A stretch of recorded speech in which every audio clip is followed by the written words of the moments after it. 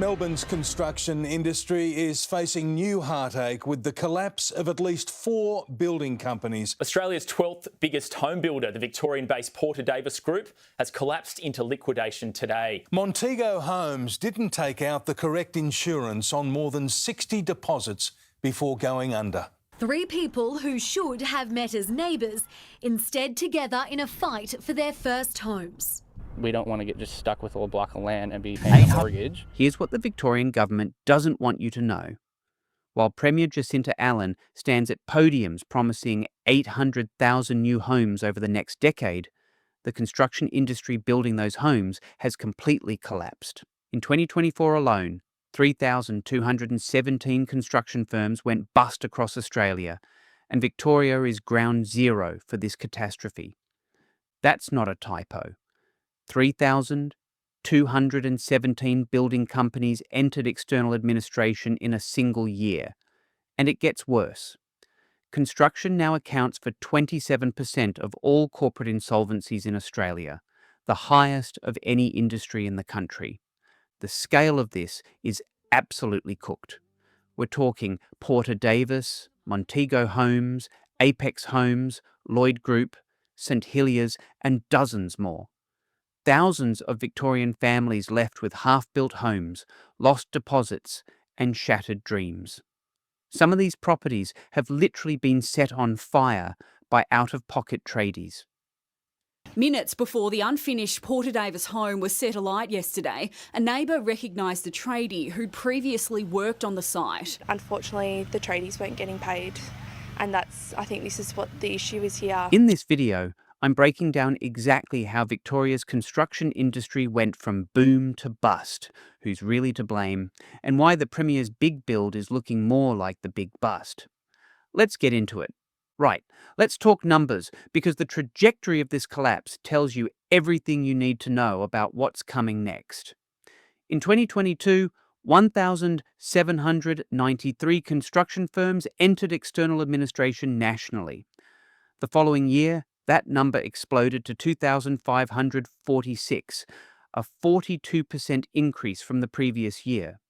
But 2024, that's when the wheels truly fell off. The number jumped again to 3,217 collapsed firms, a further 26% rise from the already catastrophic 2023 levels. And if you think the worst is behind us, the data suggests otherwise. This isn't a cyclical blip. This is a structural purging of the entire industry's capacity to build homes. Norma Abella and her daughter Rebecca combined their life savings to build a home on this picturesque block on Victoria's surf coast. Dream turned to nightmare when their builder Stuart Cherry of Ultra Residential walked off the site in 2022. The Australian Financial Security Authority data paints an even grimmer picture. As of June 2025, active personal insolvencies in the construction sector involved $19.3 billion in liabilities owed to nearly 34,000 creditors. And here's the kicker, just 0.8% of creditors hold 80% of those total liabilities.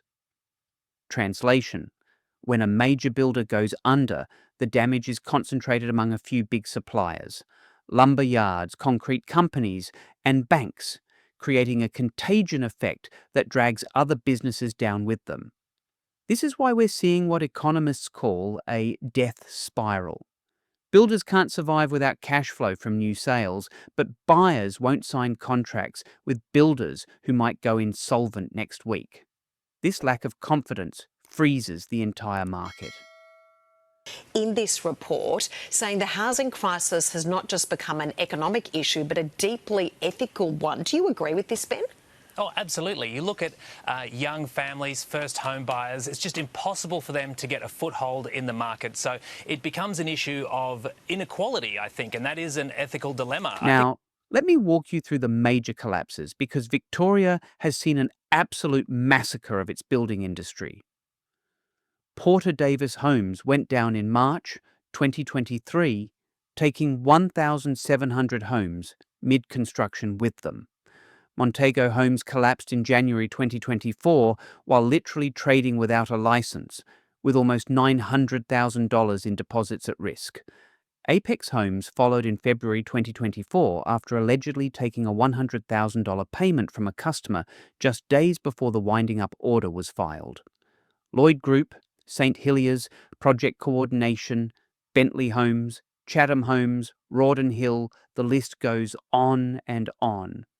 Last financial year, a staggering 2,977 companies in the construction sector became insolvent. Adelaide Designer Homes is one of 601 firms to have hit the wall since July. Insolvencies in the construction sector are at historic highs, and it's caused by a number of factors coming together all at once. And here's where it gets worse.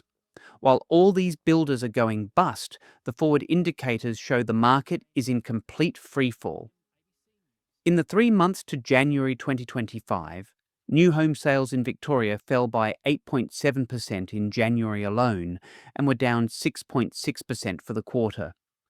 By late 2025, Victoria recorded a 19.7% decrease in new home sales, leading the national decline. Building approvals have hit 10-year lows. In October 2024, private sector house approvals fell by 5.2%. HIA Executive Director Keith Ryan didn't mince words, describing Victoria's result as disappointing and noting that Victoria was the only one of the 5 largest states to see a fall in new home sales in early 2025, despite having high population growth. The maths doesn't maths, mate. So how does Victoria compare to the rest of the country? The answer is terribly. While Victorian builders are going bust at record rates, other states are faring significantly better. Queensland and Western Australia have maintained healthier construction pipelines, partly because their state governments haven't implemented the same punishing tax regime that Victoria has. Keith Ryan from the HIA explicitly blamed Victoria's excessive tax burden for the 50% slump in sales, noting that Victoria's lagging behind other states where taxes are lower. His exact words, "It is becoming clearer that Victoria's excessive tax burden is a major cause of the poor performance of the home building industry." Now let me tell you about what I call the profitless boom, because this explains exactly why Victorian builders are dropping like flies. During COVID, when interest rates were at historic lows, builders signed thousands of fixed-price contracts. These contracts locked in the sale price of homes at 2020 to 2021 rates. But here's the thing, they had to actually build those homes in 2023 and 2024, when material costs had exploded by 30 to 40%, when labour costs had skyrocketed, and when supply chain issues caused months of delays. Dozens of construction companies have now folded this year alone. We know it's a lot to do with the cost of materials, but why is it happening? A lot of large construction companies folding because of the fixed price contracts that they signed, and then the rising cost of construction, which means the jobs they've been starting over the last 12 months have created losses. So these builders were operating with full order books, but losing money on every single home they built. It's the cruelest irony in Australian business. Record demand, zero profit, and many attempted to trade their way out of difficulty. Apex Homes claimed to have gone through a restructure to address customer concerns and was attempting to trade out of financial difficulties before the court ordered winding up. This zombie phase often involves taking new deposits to pay for old debts, a Ponzi-like dynamic that eventually collapses, trapping the most recent customers with the biggest losses. Internationally, this pattern isn't unique to Australia. The UK experienced similar construction sector stress following COVID, though their government responded with planning relaxation and tax incentives for build-to-rent developments. Canada saw rental affordability crises in Toronto and Vancouver, but responded with a combination of rent control and incentives for new rental construction. Victoria's approach? Tax landlords more, regulate more strictly, and hope new supply magically appears. No other jurisdiction in the developed world is simultaneously increasing taxes on existing rental providers while increasing regulation to the point of making property investment financially unviable. Now let's talk about the real victims, because behind every statistic is a family whose life has been turned upside down. Take the Porter Davis collapse. Work stopped immediately on 1,700 homes across Victoria and Queensland. A further 779 customers had signed contracts and paid deposits, but building hadn't even commenced. When Porter Davis went bust, it left hundreds of Victorian families high and dry. I was scared I didn't have anywhere for my family to live. These families were left in legal limbo with nothing but a hole in the ground and an empty bank account. But here's where the scandal gets truly outrageous. It emerged that Porter Davis had accepted deposits for hundreds of homes without securing mandatory domestic building insurance. This was a direct breach of the law. Customers who assumed they were protected discovered they were unsecured creditors. One victim noted on social media that she had lost her 5% deposit of $18,000 and had to start from square one, feeling lucky compared to those mid-build who faced losses of $80,000 or more. The Montego homes collapse was even more egregious. The Victorian Building Authority had already suspended the registration of the company's nominee director, Todd Searle, prior to the collapse. Despite this suspension, the company continued to trade. The VBA had concerns that almost $900,000 had been received by way of deposit, while the company was effectively unlicensed. Victim Jessica Rodriguez, a single mother who lost $30,000, stated, "They fooled us. They said they had bought insurance on the contracts that we signed, but they never did. But it gets worse." Before collapsing, Montego Homes demanded an extra $45,000 per home from customers, claiming that the fixed-price contracts signed in 2022 were no longer economical to build. Customers were trapped. Pay the extortion money with no guarantee the home would be finished, or refuse and watch the builder collapse anyway. And here's another twist that makes this whole thing even more infuriating. Victims discovered that the land sold to them by Montego didn't comply with the construction code for small lot homes, meaning the houses they had paid deposits for could effectively never be built anyway. The Apex Homes case represents perhaps the most desperate endgame scenario. A customer authorized a $100,000 payment to Apex Homes just days before a winding-up order was lodged.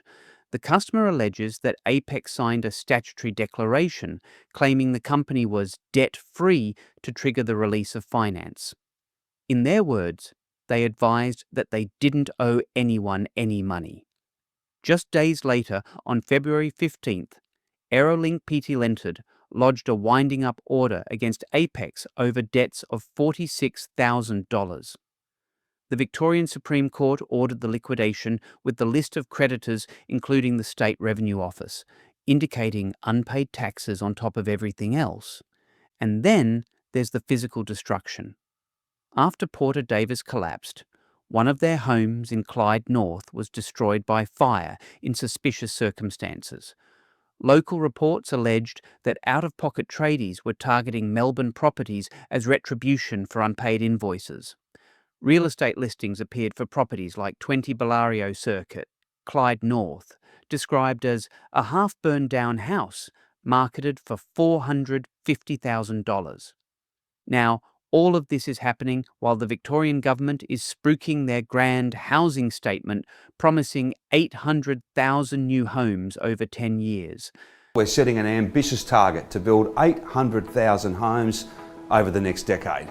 That's 80,000 homes per year, or roughly 220 homes every single day for a decade. Let that sink in. At the time of the announcement, dwelling approvals were plummeting and the industry was contracting, not expanding. Premier Jacinta Allen has adopted a combative stance, threatening to strip councils of their planning powers if they don't meet housing targets. Her exact words, "If councils try and block too many new houses from being built, we'll take away their planning powers and do it ourselves." But here's the problem. Councils aren't the bottleneck. Financial viability is the bottleneck. Developers are sitting on approved permits they won't build because construction costs have risen 30% and interest rates make projects unprofitable. Approving a tower in Camberwell doesn't mean it gets built. The final piece of this disaster puzzle is the investor exodus, and mate, this one really gets my blood boiling. The Victorian government, desperate to repair a budget deficit that blew out during COVID, dropped the land tax threshold from $300,000 to $50,000. This brought hundreds of thousands of mum and dad investors into the tax net overnight, with average bills now exceeding $1,400 per year. These aren't wealthy property barons. These are ordinary Australians who bought a modest investment unit to fund their retirement. Combined with interest rates rising from 3% to 6.5%, the holding costs for a typical investment property have become untenable. Let me break down the actual numbers so you can see how cooked this is.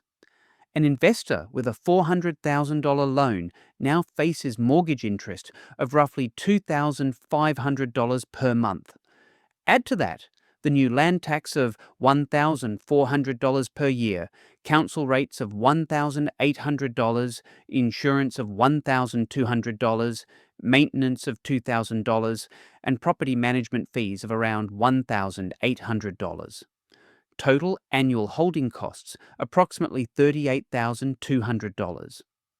Rental income on the same property about $26,000 per year or $500 per week. That's an annual loss of $12,200. No investor can sustain losses like that indefinitely. The only rational response? Sell and get out. The response from investors has been to sell. Over 25,000 rental properties vanished from the Victorian market between March 2023 and March 2025. In the March 2025 quarter alone, 3,398 rentals disappeared, a rate of over 1,100 homes lost per month. The downstream effect: rental vacancy rates have collapsed to crisis levels. Melbourne's vacancy rate currently sits at 1.1%, when anything below 2% is considered a rental emergency. Viral footage shows queues of hundreds stretching down streets for single rental inspections. I've personally seen these videos go viral on Reddit and TikTok, and they're genuinely heartbreaking. People standing in line for hours just for the chance to apply for a rental that 50 other desperate families also want. Rents in outer suburbs like Frankston have hit $650 per week, and in regional hubs like Bendigo, they've reached $900 per week for family homes. These aren't inner-city luxury apartments. These are basic three-bedroom homes in areas that used to be the affordable option. Service workers, nurses, teachers, the people who keep our communities functioning, they're being priced out of the market entirely. Back in 2001, the average house price was 4 times the yearly income for an average household. Let's call that the bottom of the mountain. In the years since, incomes have doubled, but house prices have quintupled. View it this way, and it's little wonder that housing has become the dominant economic anxiety for a generation that is now hungry for a solution. And here's the cruel hypocrisy that sums up this entire mess. The Victorian government banned rental bidding, the practice where desperate tenants offer above the asking rent to secure a property. But guess who's been caught bidding 5% above market rate to secure rental properties? Homes Victoria, the state's own social housing provider. They banned the practice for private renters, then their own agency does exactly that to secure housing. The government is literally driving up rents while blaming landlords for the crisis they created. So where does this leave us? Best case scenario, interest rates drop, some builders stabilise, and the bleeding stops. But approvals remain at 10-year lows and recovery will take years. Realistic scenario, current policies continue, another wave of builder collapses hits in 2025 to 2026. The 800,000 homes target becomes a political embarrassment, and Victoria's construction sector remains structurally broken for a decade. Worst case, a major recession triggers mass foreclosures. The rental crisis becomes a humanitarian emergency. Here's the truth. Victoria's construction industry isn't experiencing a rough patch. It's experiencing a structural collapse. The government is pressing the accelerator on housing targets while slamming the brakes on the capital needed to build them. The big build has become the big bust, and Victorian families are paying the price. We'll be covering this crisis every week, tracking the collapses, analysing government responses, and exposing the real story behind the headlines. Subscribe to Aussie Explained so you don't miss the next video. Thanks for watching. See you in the next one.